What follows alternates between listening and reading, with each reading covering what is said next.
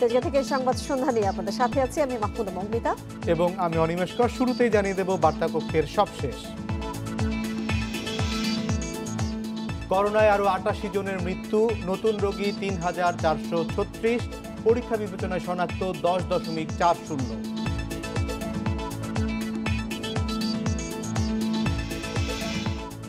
শিক্ষার্থীদের টিকা দিয়ে শিগগিরই খুলবে শিক্ষা প্রতিষ্ঠান, জানালেন প্রধানমন্ত্রী।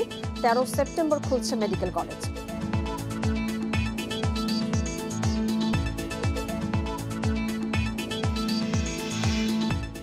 কুমিল্লা ৭ আসনের উপনির্বাচন ৭ই অক্টোবর। ১৬১টি ইউনিয়ন পরিষদ ও ৯ পৌরসভার vote ২০ September.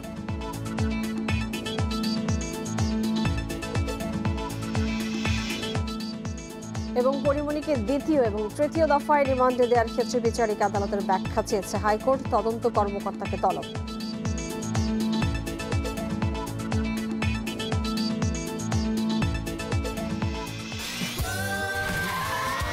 Saudi Extreme. Enjoy smooth speed. সংবাদ সন্ধ্যায় আপনারা এতক্ষণ শিরোনাম শুনছিলেন, এবারে চলে যাচ্ছে পুরো খবরে। দেশে একদিনে আরও ৩,৪৩৬ জনের করোনা শনাক্ত হয়েছে, আর মৃত্যু হয়েছে ৮৮ জনের, আর শনাক্তের হার 10.40%। বৃহস্পতিবার স্বাস্থ্য অধিদপ্তরের বিজ্ঞপ্তিতে এইসব তথ্য জানানো হয়েছে। এদিকে সংক্রমণ আরও কমাতে স্বাস্থ্যবিধি মানতে বাধ্য করানোর তাগিদ বিশেষজ্ঞদের। দেশের ৭৯১টি ল্যাবে ২৪ ঘন্টায় ৩৩,০২৫ নমুনা পরীক্ষায় নতুন করে করোনা আক্রান্ত আরও ৩,৪৩৬ জন। এ নিয়ে দেশে করোনা আক্রান্তের সংখ্যা দাঁড়ালো ১৫,০৭,১১৬ জনে। পরীক্ষা বিবেচনায় শনাক্তের হার 10.40%। স্বাস্থ্য অধিদপ্তরের তথ্য মতে গত ২৪ ঘন্টায় মৃত ৮৮ জনের মধ্যে ঢাকা বিভাগেরই ৩০ জন।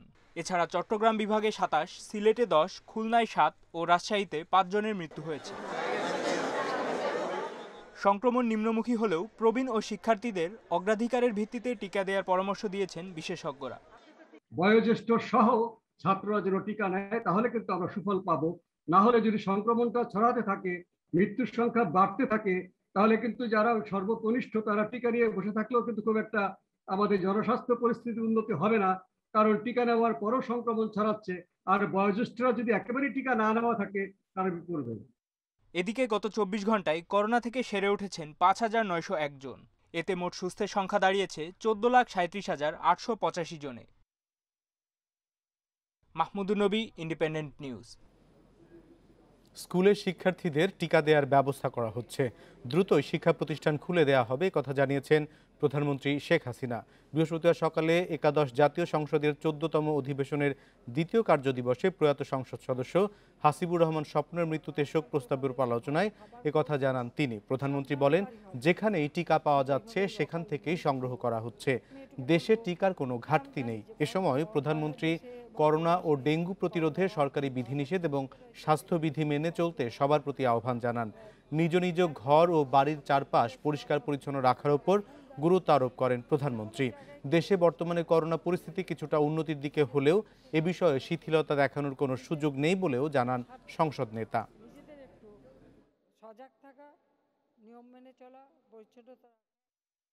WHO-র কতগুলি নির্দেশনা আছে, সেই নির্দেশনা মেনেই আমরা স্কুলের ছেলে মেয়েদেরকেও টিকা দেওয়ার ব্যবস্থা নিচ্ছি, যার জন্য কিছু ফাইজার টিকা ইতিমধ্যে এসে পৌঁছাচ্ছে, আরও পৌঁছাবে, এবং মডার্নার জন্য আমরা চেষ্টা করে যাচ্ছি।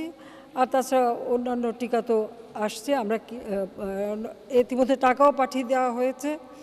আমরা ইতিমধ্যে প্রায় ৬ কোটি টিকার টাকা অলরেডি আমরা দিয়ে দিয়েছি। কিন্তু দেখা যাচ্ছে যে টিকা দেওয়ার পরেও অনেকের আবার কিন্তু করোনা হয়, কিন্তু সেটা হয়তো ওরকম মারাত্মক হয় না। সেই জন্য আমি সবাইকে অনুরোধ করবো একটু সাবধানে থাকা। স্বাস্থ্য সুরক্ষা নিশ্চিত করে 13 সেপ্টেম্বর থেকে মেডিকেল কলেজ সহ স্বাস্থ্য খাত সংশ্লিষ্ট সব শিক্ষা প্রতিষ্ঠান খুলে দেওয়া হবে। তার আগেই সব শিক্ষক এবং শিক্ষার্থীর টিকা নিশ্চিত করা হবে। সচিবালয়ে সংবাদ সম্মেলনে এই তথ্য জানিয়েছেন স্বাস্থ্যমন্ত্রী জাহিদ মালেক। প্রায় ১.৫ বছর ধরে আর সব শিক্ষা প্রতিষ্ঠানের মতো বন্ধ রয়েছে মেডিকেল কলেজ সহ স্বাস্থ্য খাত সংশ্লিষ্ট সব শিক্ষা প্রতিষ্ঠান। তবে দেশের চিকিৎসা সেবায় গতি আনতে শিক্ষা কার্যক্রম শুরু করার কথা ভাবছে স্বাস্থ্য মন্ত্রণালয়। 13 সেপ্টেম্বর থেকে মেডিকেল কলেজ সহ স্বাস্থ্য খাতের সব শিক্ষা প্রতিষ্ঠান খুলে দেওয়া হবে। এ মাসের 13 তারিখ থেকে ওনারা ক্লাস শুরু করতে পারবেন। তবে বিশ্ববিদ্যালয় সহ বাকি প্রতিষ্ঠানগুলো আন্তঃমন্ত্রণালয়ের সিদ্ধান্তের মাধ্যমে খোলা হবে বলে জানান মন্ত্রী। আর ছাত্র, শিক্ষক ও বয়স্করা টিকা দেওয়ার ক্ষেত্রে পাবেন অগ্রাধিকার। সামনে মিটিং আছে আন্তঃমন্ত্রণালয়, সেই মিটিংয়ে আমাদের ওই শিক্ষা মন্ত্রণালয় থাকবে, আমরা থাকব এবং আরও অন্যান্য মন্ত্রণালয় থাকবে। সেখানে সিদ্ধান্ত নেওয়া হবে যে কখন কিভাবে তারা স্কুল কলেজ খুলবে। মন্ত্রী জানান, এই মুহূর্তে সরকারের হাতে আছে 1,22,00,000 ডোজ টিকা। প্রতি মাসে 2 কোটি করে, আগামী 3 মাসে 6 কোটি টিকা চীন থেকে আসবে বলে জানান মন্ত্রী। 10.5 কোটি টিকা বিশ্ব স্বাস্থ্য সংস্থার কাছ থেকে ডিসেম্বরের মধ্যে কেনার কথা রয়েছে বলে জানান তিনি। ভ্যাকসিন প্রাপ্তি সাপেক্ষে আমাদের প্ল্যান হলো 1.5 থেকে 2 কোটি লোককে ভ্যাকসিন দেওয়া। আমরা আশা করি ভ্যাকসিন যেভাবে আমরা অর্ডার করেছি এটা পেলে পরে আমাদের জন্য দেওয়া অসুবিধা হবে না। করোনা বিশেষায়িত হাসপাতালগুলোর প্রায় 75% বেড খালি রয়েছে উল্লেখ করে মন্ত্রী বলেন, দেশে করোনা পরিস্থিতির উন্নতি হচ্ছে। ডেঙ্গু বাড়ছে কেন? রিশাদ হুদা, ইন্ডিপেন্ডেন্ট নিউজ, ঢাকা। কোনো ভোগান্তি নয়, একদিনেই পাইয়ে দেয়া হবে করোনার টিকা, এমন প্রলোভন দেখিয়ে টিকা প্রত্যাশীদের কাছ থেকে টাকা হাতিয়ে নেয়া একটি প্রতারক চক্রের 4 সদস্যকে আটক করেছে র্যাব। হাসপাতালে টিকাদান কর্মীদের সঙ্গে সখ্য গড়েই প্রতারক চক্রটি এই কার্যক্রম চালিয়ে আসছিল বলে জানিয়েছে র্যাব। রাজধানীর যে 7টি হাসপাতালে বিদেশগামীদের করোনার টিকা দেয়া হতো, সে হাসপাতালগুলোর আশপাশেই ছিল প্রতারক চক্রের সদস্যদের আনাগোনা। করোনা টিকা নিতে এসে ভোগান্তিতে পড়া মানুষগুলোই ছিল তাদের টার্গেট। টিকার SMS দ্রুত পাওয়ার লোভ দেখিয়ে হাতিয়ে নেওয়া হতো টাকা। তবে টাকা নেয়ার পরপরই যোগাযোগ বন্ধ করে দিত প্রতারকরা। পরবর্তীতে ভুক্তভোগীদের অভিযোগের ভিত্তিতে গত বুধবার রাজধানীর মুগদা এলাকায় অভিযান চালিয়ে 4 প্রতারককে আটক করে র্যাব। প্রাথমিক জিজ্ঞাসাবাদে জানা যায় সামাজিক যোগাযোগ মাধ্যম বা SMS এর মাধ্যমে তারা এদের এই প্রচারণা চালিয়ে আসছিল। দ্রুত সময়ে টিকা প্রাপ্তির প্রলোভন দেখিয়ে তারা 2.5 থেকে 5,000 টাকা পর্যন্ত নিত। কেউ SMS স্বাভাবিক নিয়মে পেত, বা কেউ উৎকোচ প্রদানের মাধ্যমেও SMS পেত, অথবা কেউ কোনো SMS-ই পেত না, তারা প্রতারিত হতো। রাজধানীর মুগদা, মহাখালী, শাহবাগ, মিরপুর ও শেরেবাংলা নগর এলাকায় সক্রিয় ছিল চক্রটি। বিএসএমএমইউ ও মুগদা হাসপাতালে টিকাদানের সঙ্গে জড়িত ব্যক্তিদের সঙ্গে সখ্য ছিল তাদের। গ্রেফতারকৃতরা জানায় বিশেষত বিদেশগামী যাত্রীরাই তাদের টার্গেট ছিল। চক্রটি রাজধানীর মুগদা, শাহবাগ, রমনা, শেরেবাংলা নগর ও মহাখালী এলাকায় সক্রিয় ছিল। এভাবে তারা প্রায় 2 শতাধিক ভিকটিমের সাথে প্রতারণা করেছে। এই প্রতারণার সঙ্গে আরও কেউ জড়িত আছে কিনা তা খতিয়ে দেখা হচ্ছে, জানিয়েছে র্যাব। Zahidul Bashar, independent news, Dhaka. স্থগিত 9 পৌরসভা এবং 161টি ইউনিয়ন পরিষদের নির্বাচন 20 সেপ্টেম্বর। আর কুমিল্লা 7-0 আসনের উপনির্বাচনে ভোট গ্রহণ করা হবে 7 অক্টোবর। বৃহস্পতিবার কমিশন সভা শেষে নির্বাচন কমিশনের সচিব হুমায়ুন কবির খন্দকার ভোটের তারিখ ঘোষণা করেন। করোনা মহামারীর ঊর্ধ্বমুখী ও লকডাউনের কারণে প্রথম ধাপের 167 ইউপির ভোট স্থগিত করেছিল নির্বাচন কমিশন। এছাড়া ষষ্ঠ ধাপের 9 পৌরসভার ভোট স্থগিত ছিল। বৃহস্পতিবার বিকেলে ভোটের তারিখ নির্ধারণ করতে নির্বাচন কমিশন সভা করে। প্রধান নির্বাচন কমিশনার KM নুরুল হুদার সভাপতিত্বে কমিশন সভা অনুষ্ঠিত হয়। সভায় স্থগিত নির্বাচন ও জাতীয় সংসদের 0 আসনের নির্বাচন নিয়ে আলোচনা হয়। সভা শেষে স্থগিত হওয়া নির্বাচনগুলোর নতুন তারিখ ঘোষণা করা হয়। 11 ইউপি ও 9 পৌরসভায় ভোট হবে ইভিএমে। 167টি স্থগিত ইউনিয়ন পরিষদের মধ্যে আমরা 161টি ইউনিয়ন পরিষদের নির্বাচন অর্থাৎ ভোট গ্রহণ 20 সেপ্টেম্বরে অনুষ্ঠিত হবে। 9টি পৌরসভার যে ভোট গ্রহণ এটি অনুষ্ঠিত হবে 20 সেপ্টেম্বর। 161টি অনুষ্ঠিত হওয়ার কারণ হলো ইতোমধ্যে 5 জন চেয়ারম্যান মারা গিয়েছেন। শূন্য হওয়া কুমিল্লা 7 আসনে তফসিল ঘোষণা করেছে নির্বাচন কমিশন। তফসিল অনুযায়ী ভোট গ্রহণ হবে 7 অক্টোবর। এই আসনে ভোট হবে ইভিএমে। মনোনয়নপত্র দাখিলের শেষ তারিখ 13 সেপ্টেম্বর 2021। মনোনয়ন বাছাইয়ের শেষ তারিখ 14 সেপ্টেম্বর। প্রার্থী প্রত্যাহারের শেষ তারিখ 19 সেপ্টেম্বর। প্রতীক বরাদ্দ করা হবে 20 সেপ্টেম্বর এবং ভোট গ্রহণ হবে 7 অক্টোবর। করোনা পরিস্থিতির উন্নতি হওয়ায় ভোটের পরিবেশ তৈরি হয়েছে বলে মনে করছে নির্বাচন commission. Mahmudul Hasan, independent news, Dhaka. চট্টগ্রামে বিএনপি নেতাকর্মীদের সঙ্গে পুলিশের ধাওয়া পাল্টা ধাওয়া হয়েছে। এ সময় দলটির 7 নেতাকর্মীকে আটক করেছে পুলিশ। দলের প্রতিষ্ঠাবার্ষিকী উপলক্ষে সংগঠনের মহানগর কার্যালয় নসিমম ভবনের সামনে আলোচনা সভার আয়োজন করে বিএনপি। পুলিশের দাবি, কয়েকজন পলাতক আসামি কাজীর দেউরি থেকে মিছিল নিয়ে ওই অনুষ্ঠানে যোগ দিতে গেলে তাদের গ্রেপ্তারে অভিযান চালানো হয়। এ সময় মিছিলে থাকা অন্য নেতাকর্মীরা বাধা দিলে ধাওয়া পাল্টা ধাওয়ার ঘটনা ঘটে। এক পর্যায়ে লাঠিচার্জ করে পুলিশ পরিস্থিতি নিয়ন্ত্রণে আনে। তবে বিএনপির অভিযোগ, বিনা কারণে প্রতিষ্ঠাবার্ষিকীর মিছিলে হামলা চালিয়ে নেতাকর্মীদের আটক করা হয়েছে।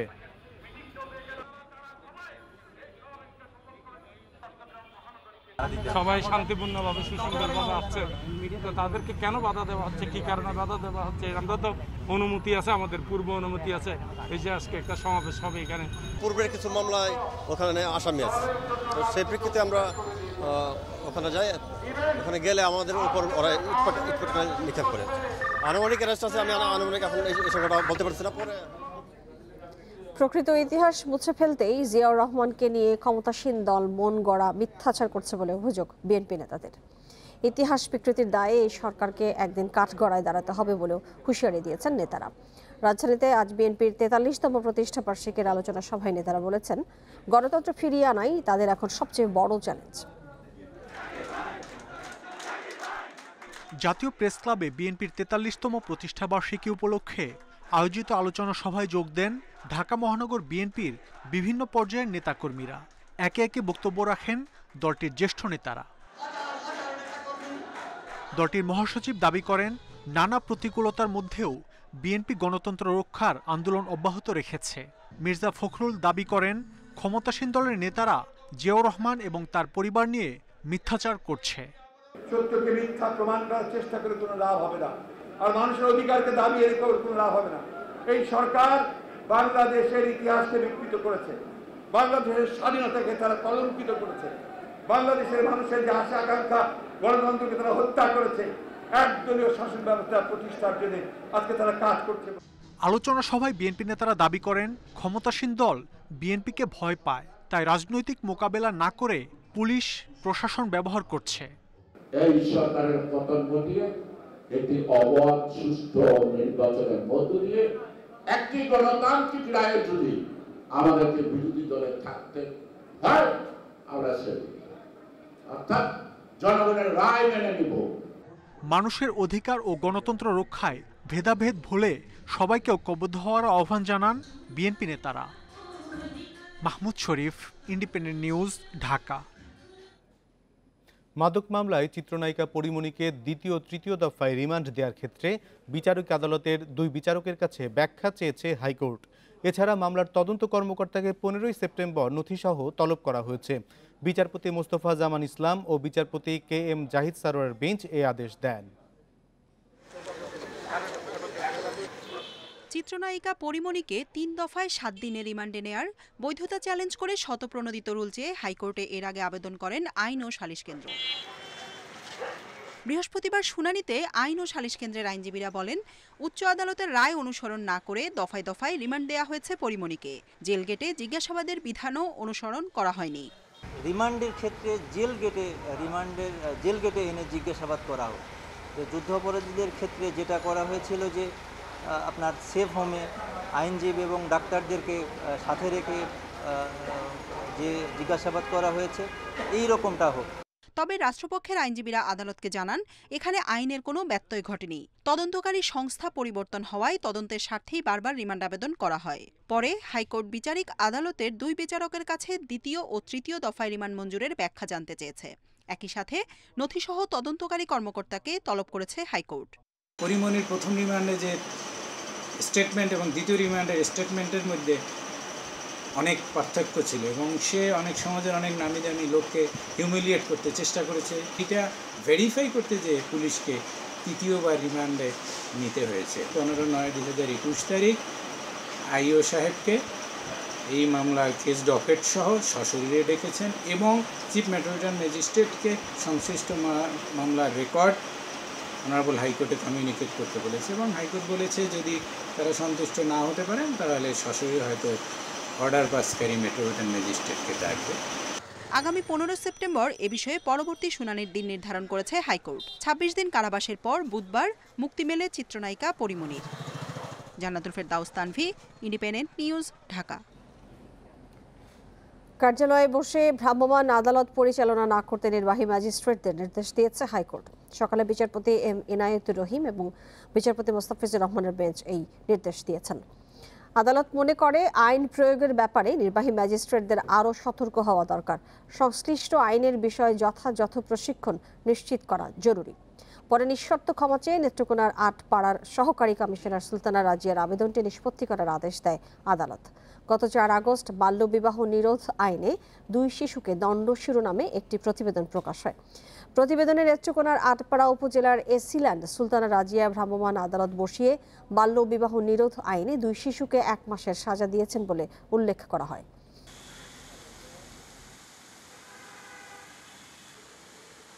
অফিসে ডেকে নিয়ে এসে অথবা নিজের খাস কামরায় মোবাইল কোর্ট বসানো, এটি করা যাবে না।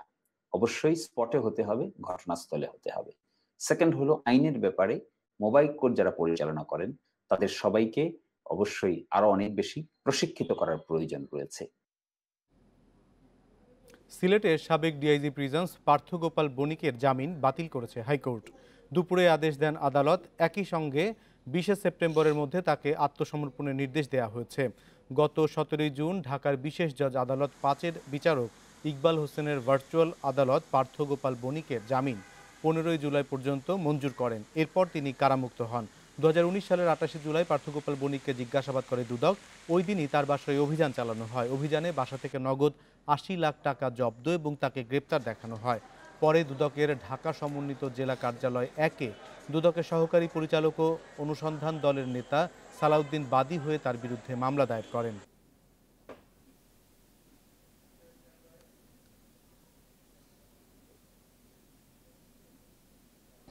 কম্পিউটার দক্ষতা বিষয়ক ভুয়া সনদ দিয়ে পদোন্নতির আবেদন করেছেন ঢাকা বিশ্ববিদ্যালয়ের শতাধিক কর্মকর্তা। যদিও তারা কম্পিউটারের কিছুই জানেন না। এর আগেও অনেক কর্মকর্তা এমন সনদ দিয়ে পদোন্নতি নিয়েছেন। অভিযুক্তদের বিরুদ্ধে কঠোর ব্যবস্থা নেওয়ার আশ্বাস দিয়েছে বিশ্ববিদ্যালয় কর্তৃপক্ষ। ঢাকা বিশ্ববিদ্যালয়ের কর্মকর্তাদের পদোন্নতির জন্য 1 বছরের কম্পিউটার কোর্সের প্রয়োজন হয়। মনির হোসেন, তিনি কম্পিউটারের 1 বছরের কোর্স করে পদোন্নতি নিয়েছেন, কিন্তু কম্পিউটার চালু করে দেখানোর কথা বললেই তিনি উঠে চলে যান। সবকিছু ইনশাআল্লাহ পারি। আমাকে একটু দেখাবেন নাকি? এখনো তো আমি এই কম্পিউটার তো আমার বাসায় কম্পিউটার একই কম্পিউটার ওটা আমি দেখাবো আপনাকে। আমি একটু দেখেন, এই যে এখানে কম্পিউটার আছে তো, আমি জাস্ট একটু দেখতে চাই। আচ্ছা দেখেন, আপনি আসেন, বসেন। আরেক কর্মকর্তা নায়না ফেরদৌস কম্পিউটারের কোর্স করেছেন, কিন্তু তার অফিসে গিয়ে এ বিষয়ে কথা বলার জন্য ফোন দিলে তিনি আর অফিসেই আসেননি। সবাই মিলে আমরা এটা মানে একটা ডিপ্লোমা করছি। কোথায় করেছেন? এই যে কি এটা শাহবাগে, আজিজ সুপার মার্কেট। নাম কি? ঢাকা বিশ্ববিদ্যালয়ে এরকম অনেক কর্মকর্তাই কম্পিউটারের সনদ নিয়ে পদোন্নতি নিয়েছেন, তবে তাদের অনেকেই কম্পিউটার চালাতেই পারেন না। নতুন করে পদোন্নতির আবেদন করেছেন শতাধিক কর্মকর্তা, যাদের বেশিরভাগই সনদ নিয়েছেন আজিজ সুপার মার্কেটের কর্মযোগ সংস্থা নামের প্রতিষ্ঠান থেকে।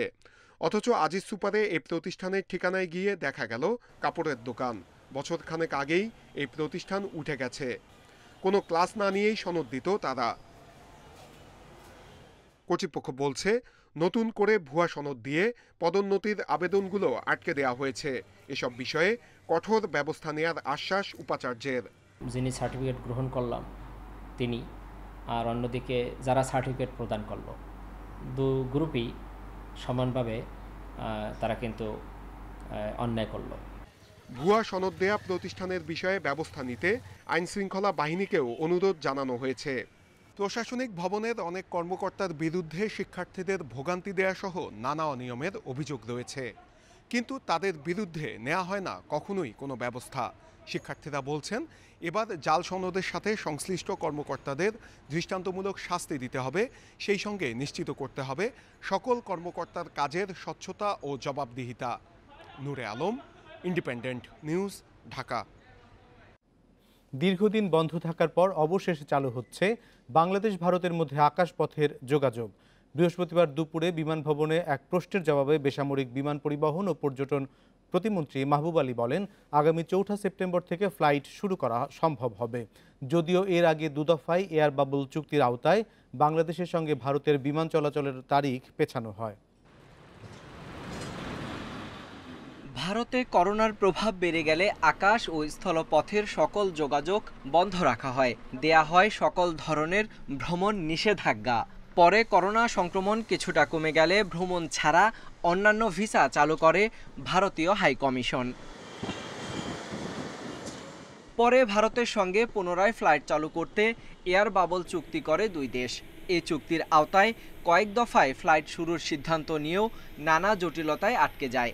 ৪ সেপ্টেম্বর থেকে নতুন করে ফ্লাইট শুরু করার বিষয়ে আশা প্রকাশ করেন বেসামরিক বিমান পরিবহন ও পর্যটন প্রতিমন্ত্রী। আমি কিছুক্ষণ আগে আমাদের সিভিল এভিয়েশনের চেয়ারম্যান সাহেব ছিলেন, ওনার সাথে আমার কথা হইল যে সম্ভবত ৪ তারিখ থেকে এটা কার্যকর হতেছে। অ্যাডভান্স কোনো কমেন্ট করা ঠিক হবে না, এটা যেভাবে যে শর্ত অনুযায়ী দেওয়া হবে সেইভাবেই এটাই হবে। করোনায় স্বাস্থ্য প্রোটোকলের শর্ত নিয়ে দুই দেশের মধ্যে বেশ কিছু জটিলতা দেখা দেয়। তবে এসব জটিলতা কেটে যাওয়ায় ফ্লাইট পরিচালনার সিদ্ধান্ত নেওয়া হয়েছে বলেও জানান তিনি। এয়ার বাবলই তো বিশেষ, আমাদের যে স্পেশাল ফ্লাইটগুলো আমরা পরিচালনা করি এটা ইন্ডিয়ার বেলায় একটা এয়ার বাবল এগ্রিমেন্ট, এটাই বিশেষ ফ্লাইট। এয়ার বাবল চুক্তির আওতায় শুধুমাত্র বিশেষ ফ্লাইটের মাধ্যমে দুই দেশে যাতায়াত করা সম্ভব হবে বলেও জানান তিনি। Sohel Rana, independent news, Dhaka. Corona পরবর্তী সময়ে মুসলিম দেশগুলোর অর্থ বিনিয়োগ সহ সামগ্রিক উন্নয়নের প্রত্যয় নিয়ে আজ থেকে উজবেকিস্তানে শুরু হলো ইসলামিক ডেভেলপমেন্ট ব্যাংক সম্মেলন। বিশ্বের ৫৭টি দেশের সরকার, উন্নয়ন সহযোগী সহ সুশীল সমাজ মিলিয়ে প্রায় ২,০০০-এর বেশি ব্যক্তি এতে অংশ নেন। উজবেকিস্তানের রাজধানী তাশখন্দে আয়োজিত সম্মেলনে বাংলাদেশের পক্ষ থেকে অংশ নিয়েছেন প্রধানমন্ত্রীর বেসরকারি শিল্প এবং বিনিয়োগ উপদেষ্টা সালমান এফ রহমান, আইসিটি প্রতিমন্ত্রী জুনায়েদ আহমেদ পলক। সম্মেলনে আইডিবির প্রেসিডেন্ট জানিয়েছেন, করোনায় আর্থিক ক্ষতির মুখে পড়া মুসলিম বিশ্বের অর্থনীতির পুনরুদ্ধার, নতুন করে সাজানো এবং টেকসই করাই এই সম্মেলনের মূল লক্ষ্য। যেখানে পিছিয়ে পড়া দেশগুলোতে সবার জন্য করোনার ভ্যাকসিন নিশ্চিত করার জন্য অর্থায়নেরও আশ্বাস মিলেছে। Implementing its future national development. The COVID-19 pandemic has significantly changed the global development landscape. 2020 সাল নিঃসন্দেহে গোটা বিশ্বের চেহারা বদলে দিয়েছে। করোনা মহামারীতে লকডাউনে উন্নয়ন যাত্রা থমকে গিয়ে বিশ্বজুড়ে দেখা দিয়েছে মুদ্রাস্ফীতি, বেড়েছে বেকারত্ব। অর্থনীতি পুনরুদ্ধারে অনেক দেশই কোটি কোটি অর্থ ভর্তুকি দিয়েছে, কিন্তু দুর্ভাগ্যজনক হলেও সত্য, আমাদের অনেক সদস্য দেশের সেই সামর্থ্য নেই। করোনার টিকা সুষম বন্টনেও দেখা গেছে অনিয়ম। কিন্তু এই সংকট মোকাবিলায় আইডিবি তার সদস্য দেশগুলোর সঙ্গে একজোট হয়ে কাজ করেছে। চলমান সংকট নিরসনের পাশাপাশি ভবিষ্যতের যে কোনো সমস্যা মোকাবিলায় $4.5 বিলিয়ন প্রকল্প অনুমোদন দিয়েছে আইডিবি। যুক্তরাষ্ট্রের উত্তর পূর্বাঞ্চলে ভয়াবহ বন্যায় 9 জনের মৃত্যু হয়েছে, এর মধ্যে একজনের বয়স 2 বছর। এখনও অনেকেই পানিবন্দী অবস্থায় আছে বলে জানিয়েছে কর্তৃপক্ষ। স্মরণকালের ভয়াবহ বন্যায় নিউ ইয়র্ক এবং নিউ জার্সিতে জারি করা হয়েছে জরুরি অবস্থা। নিউ ইয়র্কের সেন্ট্রাল পার্ক এলাকায় 1 ঘন্টায় 8 সেন্টিমিটার বৃষ্টি রেকর্ড করেছে দেশটির আবহাওয়া অধিদপ্তর। সামাজিক যোগাযোগ মাধ্যমগুলোতে দেখা যায় সাবওয়ে স্টেশন, বাড়ি ঘর পানিতে ভেসে গিয়েছে। নিউ ইয়র্কের মেয়র এই অবস্থাকে শহরটির ইতিহাসের সবচেয়ে ভয়াবহ ঘটনা বলে অভিহিত করেছেন। নিউ ইয়র্ক এবং নিউ জার্সির ট্রেন এবং ফ্লাইট বাতিল করা হয়েছে। কাল সিরিজের দ্বিতীয় টি-20 ধারাবাহিকতা রেখে ব্যবধান 2-0 করতে মুখিয়ে বাংলাদেশ। ওপেনিংয়ে উন্নতির লক্ষ্য টাইগারদের, উইনিং কম্বিনেশন ভাঙবে না স্বাগতিকেরা। অন্যদিকে ঘুরে দাঁড়ানো চ্যালেঞ্জে পরিবর্তন আনবে নিউজিল্যান্ড। করোনামুক্ত ফিন অ্যালেন ফিরতে পারেন একাদশে। মিরপুর হোম অফ ক্রিকেটে ম্যাচ শুরু বিকেল 4টায়। ম্যাচের আগের দিন দুপুরে ঝুম বৃষ্টি, টিম হোটেলে 2 দল বিশ্রামে। কিন্তু মিরপুর হোম অফ ক্রিকেটে গ্রাউন্ডস কর্মীদের ব্যস্ততা বেড়েছে। শুক্রবারের পূর্বাভাসেও ভালো খবর নেই, দুপুরের দিকে আছে বৃষ্টি শঙ্কা। তাই দেরিতে শুরু কিংবা কার্টেল ওভার ম্যাচের কথাও মাথায় রাখতে হচ্ছে। প্রথম ম্যাচের পর দু দলের দুরকম পরিবেশ। দাপুটে জয়ে নির্ভর বাংলাদেশ, বিপরীতে স্লো স্পিনিং ট্র্যাকের ধাঁধায় আটকে নিউজিল্যান্ড। সমাধানের মন্ত্র খুঁজতে হাতে অল্প সময় অতিথিদের। টি-20তে প্রথমবার কিউই পথে একটাই অস্বস্তি ওপেনার নাইম লিটনকে নিয়ে। বিশ্বকাপের আগে ওদের ফর্মে থাকা জরুরি, ম্যানেজমেন্টের চাওয়া সেই শুরুটা হোক দ্বিতীয় ম্যাচ থেকেই। সাকিবের দিকে যেন সব আলো, রেকর্ড বুকে দাগ কাটার বড় সুযোগ তার সামনে। 4 উইকেট পেলেই মালিঙ্গাকে টপকে চূড়ায় উঠবেন টাইগার পোস্টার বয়, সাথে সব ফরম্যাট মিলেই স্পর্শ করবেন 600 উইকেটের মাইলস্টোন। পছন্দের কন্ডিশনে বোলিংয়ে চিন্তা নেই, সিরিজ জয়ের আত্মবিশ্বাস নিয়েই বিশ্বকাপ মিশনে ভালো কিছুর প্রত্যয় সাইফুদ্দিনের। এখানে যদি আমরা ভালো কিছু করে কনফিডেন্সটা নিয়ে যেতে পারি, হয়তো বা এখানকার এক্সপিরিয়েন্স খুব বেশি কাজে আসবে না, বাট আমরা কনফিডেন্সটা যদি নিয়ে যেতে পারি ইনশাল্লাহ, যেহেতু আমরা অনেক প্র্যাকটিসের সুযোগ পাবো ওইখানে, তো আমরা যতটা নিজেকে আরও মানিয়ে নিতে পারবো অ্যাডজাস্ট এবং উইকেটের সাথে, তত আমাদের জন্য ভালো হবে। নিউজিল্যান্ড বুঝে গেছে মিরপুরে সাকিব মুস্তাফিজরা কতটা ভয়ঙ্কর। কঠিন পরীক্ষায় শিষ্যদের সাহস রাখতে বলছেন কিউই কোচ। এই কন্ডিশনে ব্যাটিং খুবই চ্যালেঞ্জিং। উইকেটের চরিত্র বুঝে ব্যাটসম্যানদের মানিয়ে নিতে হবে। বোলাররা সুবিধা নিতে পেরেছে, ব্যাটিং বোলিং এর ভারসাম্য রাখতে পারলে ঘুরে দাঁড়ানো সম্ভব। সিরিজের প্রথম ম্যাচ জিতেই একলাফে র্যাঙ্কিংয়ের 10 থেকে 7-এ উঠেছে বাংলাদেশ। টি-20তে এটাই টাইগারদের সেরা অবস্থান। আরও উপরে নিতে চাইবে মাহমুদুল্লাহর দল। Mohammad Nazim, independent news, Dhaka.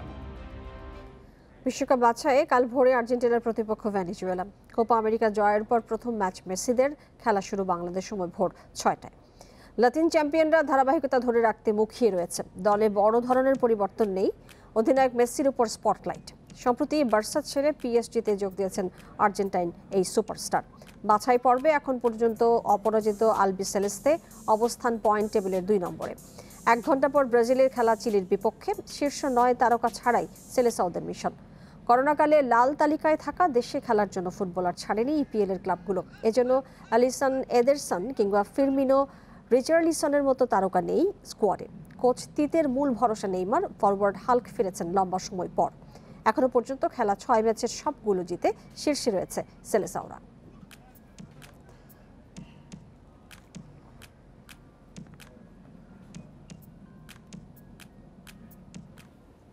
বিশ্বকাপ বাছাই পর্বে সুইডেনের আতিথ্য নেবে স্পেন। ম্যাচ শুরু বাংলাদেশ সময় রাত 1:45। ইউরো চ্যাম্পিয়নশিপের ব্যর্থতা ভুলে বিশ্বকাপ বাছাইয়ে মনোযোগী 2 দল। গ্রুপ বিতে 3 ম্যাচে 2 জয় নিয়ে শীর্ষে এনরিকের দল। 2 দলের সবশেষ 6 দেখায় 3বার জিতেছে স্পেন, 1বার সফল সুইডেন। অন্যদিকে একই সময় ইতালির প্রতিপক্ষ বুলগেরিয়া। 3 ম্যাচে 9 পয়েন্ট নিয়ে গ্রুপ সির সেরা অজিরিরা।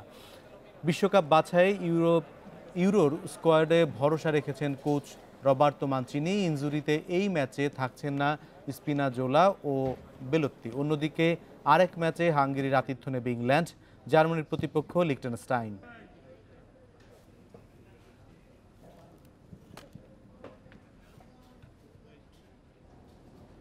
এই ছিল সংবাদ সন্ধ্যার আয়োজনে। আরো বিস্তারিত জানতে চোখ রাখুন ফেসবুক, ইউটিউব এবং টুইটারে। সাথে থাকার জন্য আপনাদের সবাইকে ধন্যবাদ জানাচ্ছি।